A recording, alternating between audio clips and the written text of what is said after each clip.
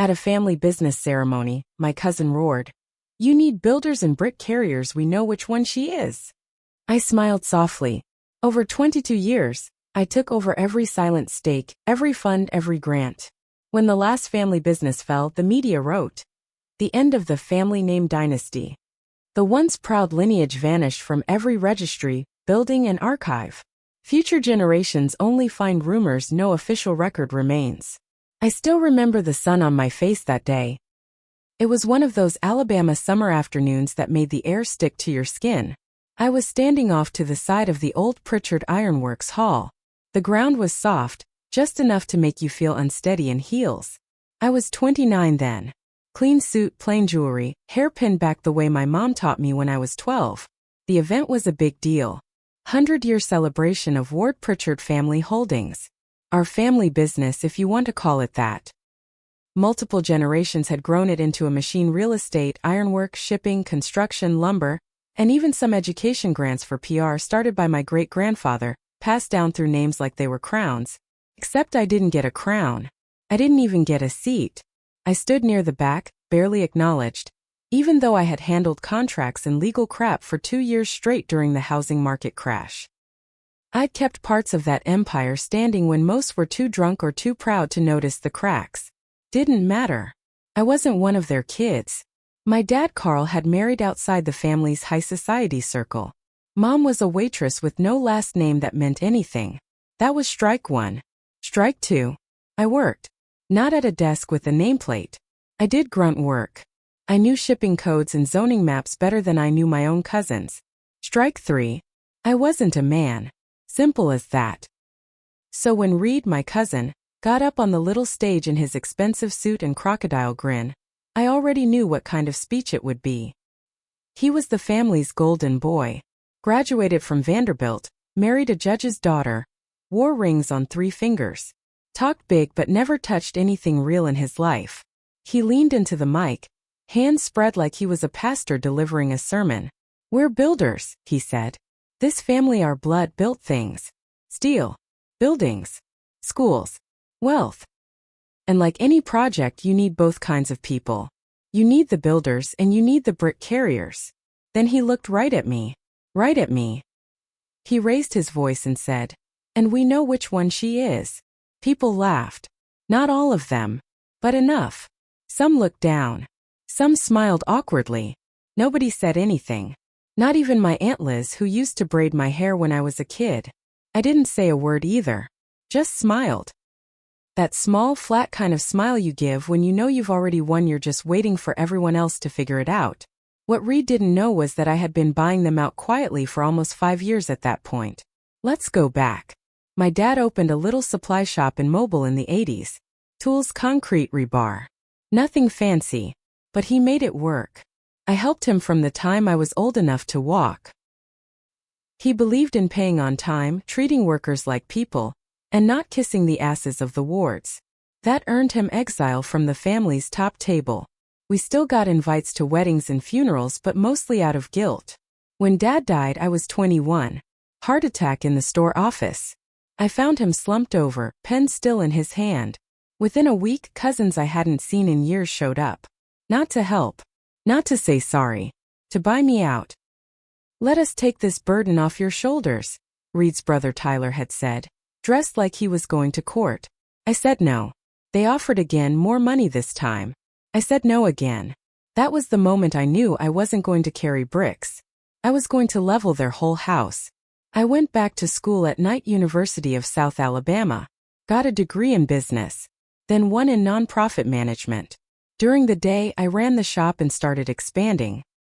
Added logistics, started a small construction crew. Bid on city contracts nobody else wanted. I took on jobs they laughed at, cleaning up condemned sites, organizing tax credit housing bids. But I was learning. I learned about grants. I learned about land trusts. I learned how to use shell companies to hold assets. And I listened to contractors, to accountants, to city clerks. I kept my name off as much as I could. Let others front the deals while I pulled strings from behind. Over time, I built a small empire that looked nothing like the flashy old-school Ward Pritchard machine. Mine was lean, quiet, smart, 10 years in, I made my first real move. The family still owned thousands of acres across the South, most of it undeveloped, or leftover from timber days. But they weren't managing it, just holding it like old money does, assuming value would go up. I started buying land around it. Not directly through holding companies. I offered to buy easements, water rights, access points. Used legal arguments, environmental laws, and city ordinances. By the time they realized what I was doing, I owned the roads, the water, and the electrical paths around their biggest undeveloped property. They tried to start a housing development. My lawyers filed a cease and desist. They sued. They lost. That land sat dead for years. Taxes drained them. They sold. I bought it all at auction. Nobody clapped for that deal. But it was the first domino. The housing land win wasn't enough. Not for what they'd done. Not just the insult at that event. It was years of being invisible. Years of hearing about family scholarships that weren't for you. Years of watching Reed and his brothers get promoted for showing up late to meetings I organized. So I kept going. I studied their structure like a wolf learning a herd's weak points.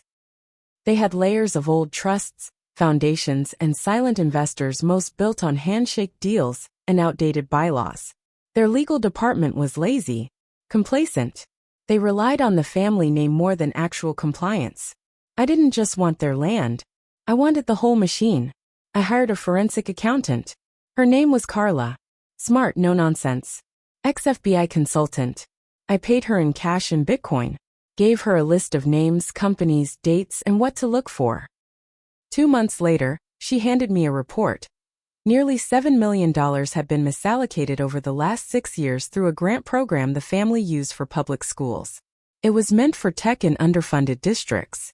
Instead, Reed's younger brother Marcus funneled the funds into a shell education startup, then used that company to buy a chain of charter schools and flip the real estate for personal profit. He left a digital paper trail a mile wide. I didn't go to the press. I went to the IRS. Then to the Alabama Department of Education. Then I waited. 2 years of audits. Quiet firings. Resignations. Several wards lost their licenses. Marcus was forced to sell his companies to pay fines and settle lawsuits. Reed had to publicly apologize to a crowd of reporters outside the Montgomery courthouse. Still, I wasn't done. They still had 2 major assets. The shipping port at Bayou La Batterie and the foundry division in Birmingham. The port was key. It processed almost 30% of the Ward Pritchard import contracts. I had someone on the inside. An old high school friend, Johnny, who ran dock logistics. I paid him more than the company ever had. He fed me schedules, mistakes, compliance issues, everything. Together, we built a case around labor violations, missed inspections, and unsafe cargo storage. The Department of Labor came knocking. OSHA followed. By the end of that year, the port was shut down for 6 months. Millions lost. Investors pulled out. Reed called me. First time in over a decade. He didn't yell. He didn't insult me. He begged. Mira, this is our family. I told him. You made your choice 22 years ago when you put me in the dirt. He was silent. I hung up. There was one piece left. The Legacy Archive. It held all the official documentation of the Ward Pritchard name. Their history museum, donation plaques, honorary titles, even the family's records tied to city monuments and scholarships. I started filing quiet legal claims, copyright challenges, fraud audits. I sent a team of lawyers after every line of text they'd ever registered that exaggerated claims of historic service and charity innovation. Turns out a lot of it was made up. The IRS opened another case. The city revoked 4 honorary titles. A university removed the Ward Learning Center name from its building. And then the bomb dropped. The Smithsonian rejected a multi-million-dollar Ward donation when I submitted documents proving the source funds came from illicit grant laundering. That story ran in 4 major news outlets. The headline that changed everything? The end of the Ward Pritchard dynasty. The headline hit like a grenade. The end of the Ward Pritchard dynasty sat on the front page of the Birmingham Times for 3 days straight. Reed didn't show his face after that. Most of the cousins scattered, filing temporary relocations, or going off-grid. But I wasn't finished. Because behind all the headlines, There were still two names untouched: my Aunt Deborah and Uncle Vincent. They were the quiet ones. Old money types. They didn't speak at events. Didn't show up in press photos. But they controlled the Family Development Fund, over $40 million in silent assets spread through universities, startups, and political campaigns. Most of it was legacy money grants and tax shelters created by my great-grandfather. Everyone assumed they were clean because they didn't flaunt anything. They weren't. Deborah had a weakness. She trusted her personal assistant, Nancy, too much. Nancy and I went to the same church when we were kids. I found her through Facebook. A short message, a coffee meeting, and $12,000 later, I had copies of internal memos that outlined illegal donation bundling. Turns out, they were using the development fund to backdoor bribe candidates in 3 southern states. Mostly zoning boards and city council members. Nothing big, just enough to tilt contracts their way. I leaked the documents to the state ethics board under an alias. A month later, subpoenas started flying. Deborah's name showed up on 2 of them. Vincent's house was raided. The fund froze. Then collapsed. But the real twist? I didn't take any of the assets.